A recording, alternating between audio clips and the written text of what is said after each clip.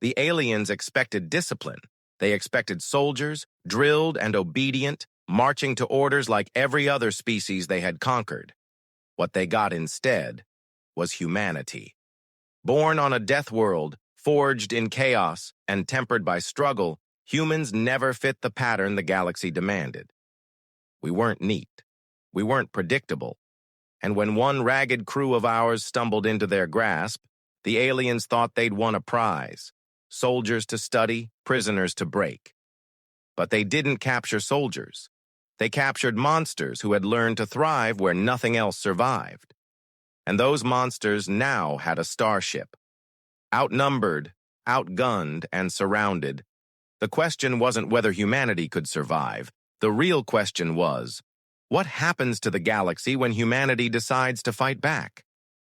The outpost was small, a cluster of steel domes clinging to the edge of a barren world, built more from stubbornness than necessity.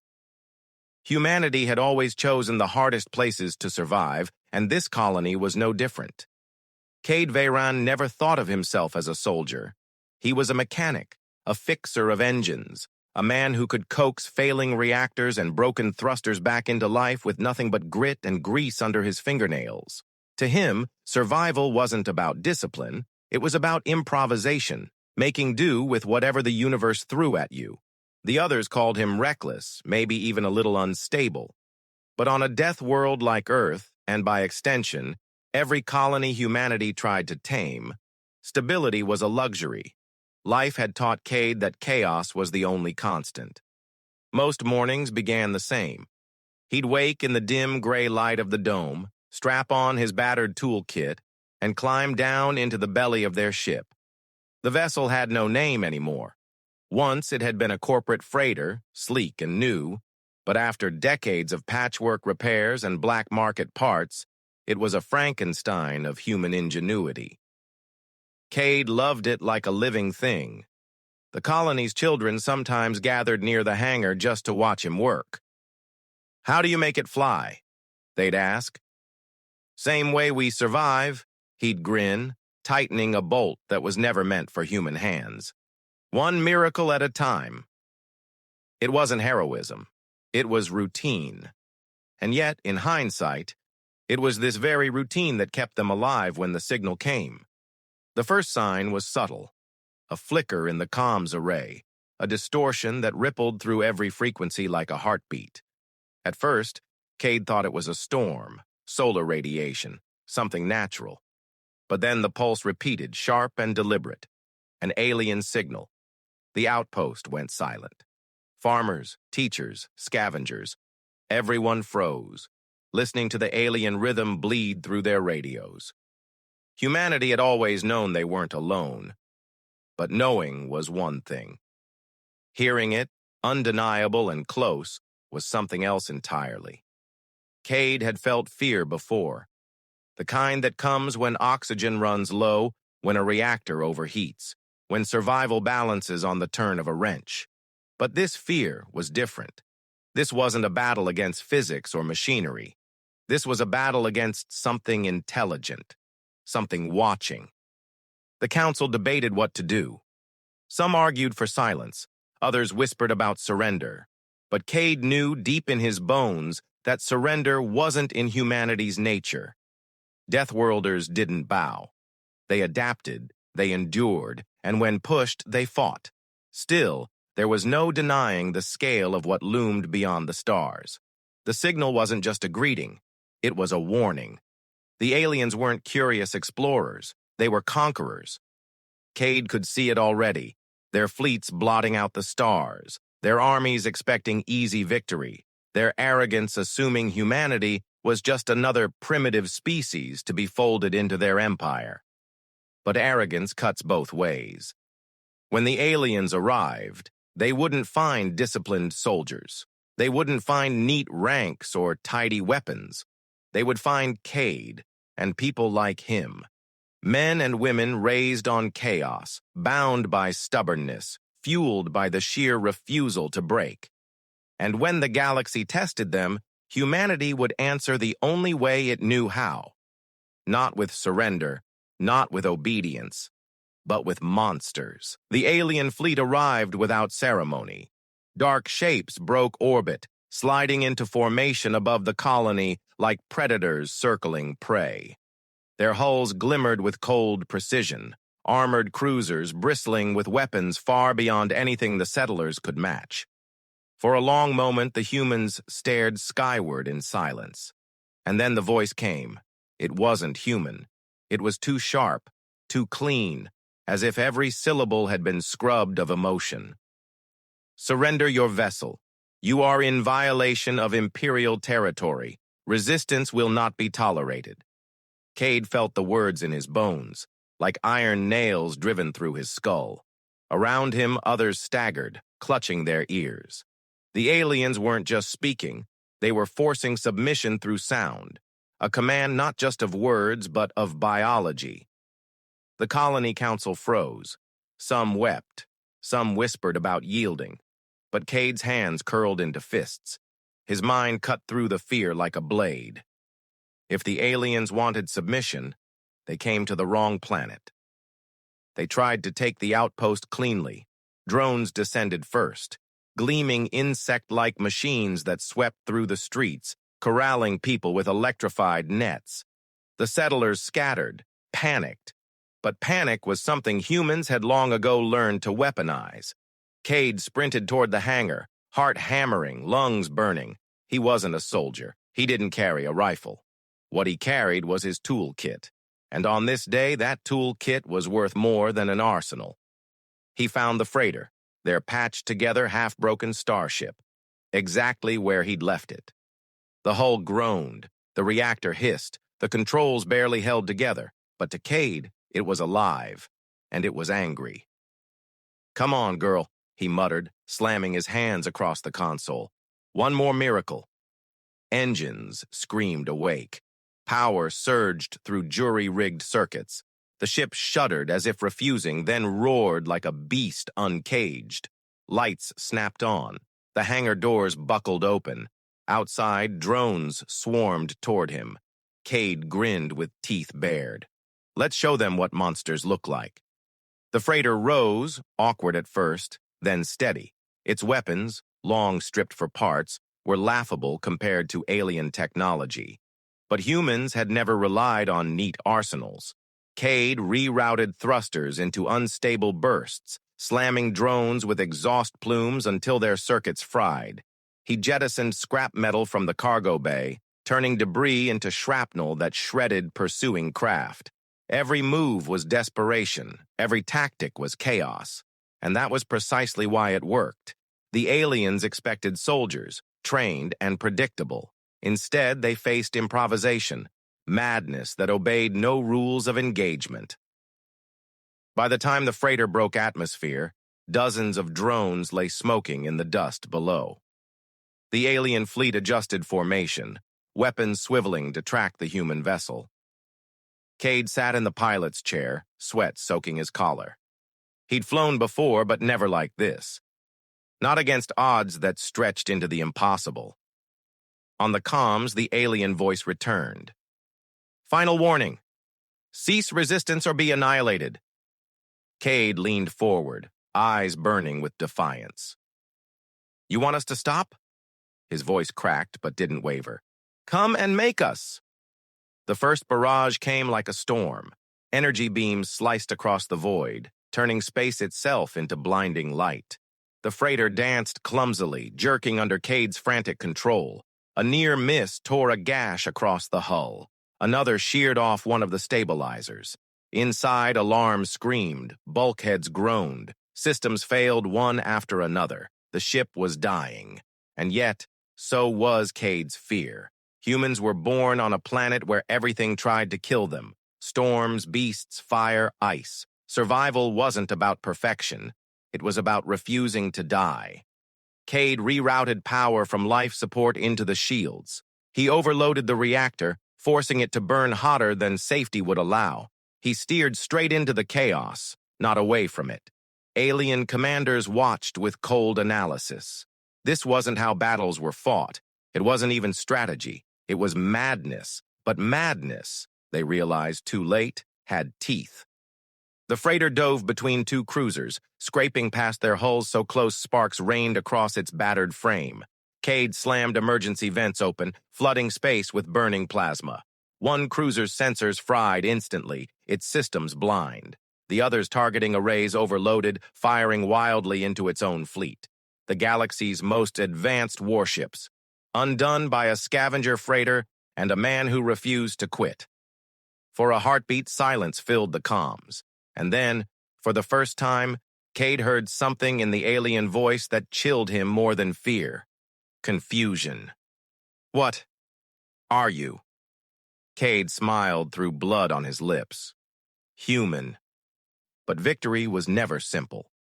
The aliens weren't broken yet. Their fleet regrouped, encircling him.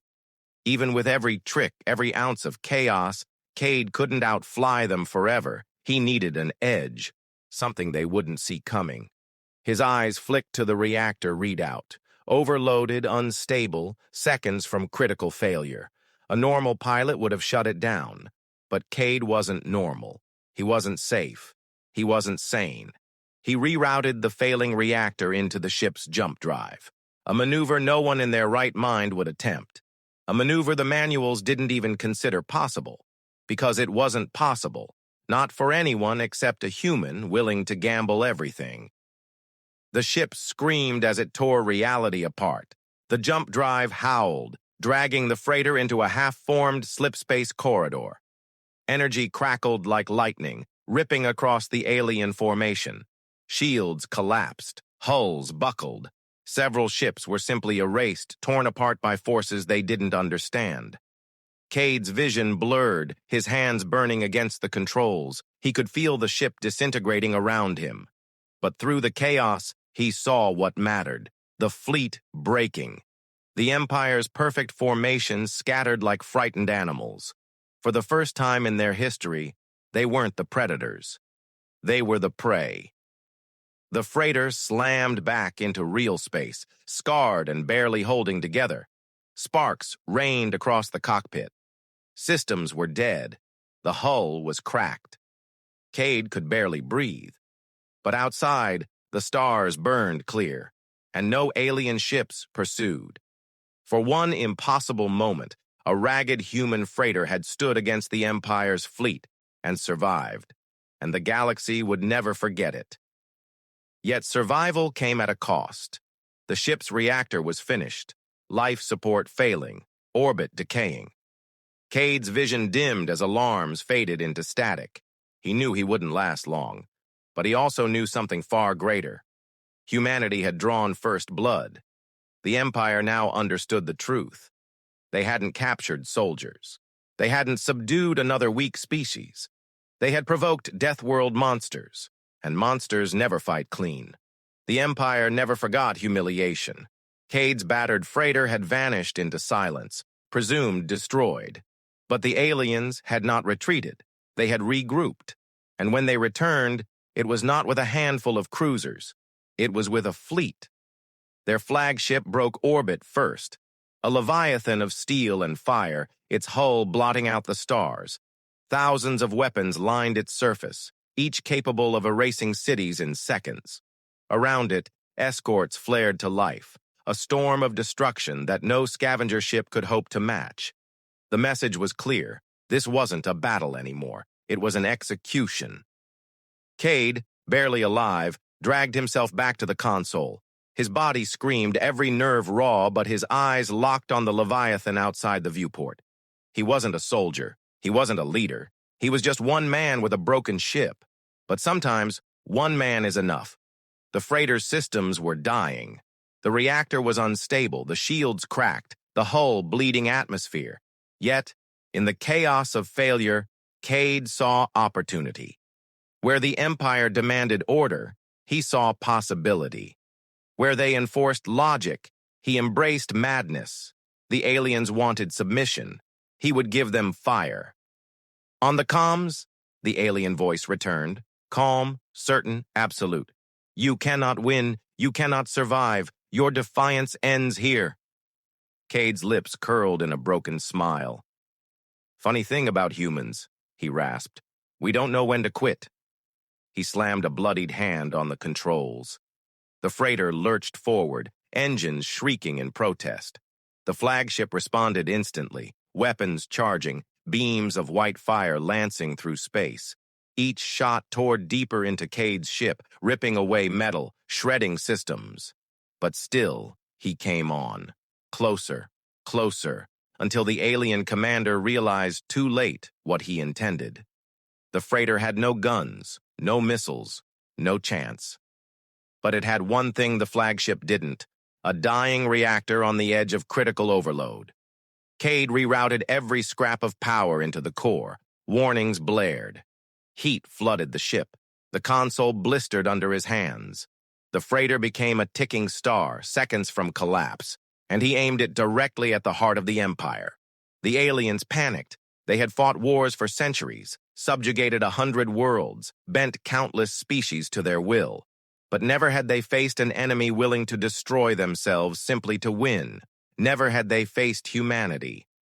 The flagship unleashed everything. Beams raked the freighter, tearing it apart piece by piece. Chunks of hull spun away into the void. Fire tore through the corridors.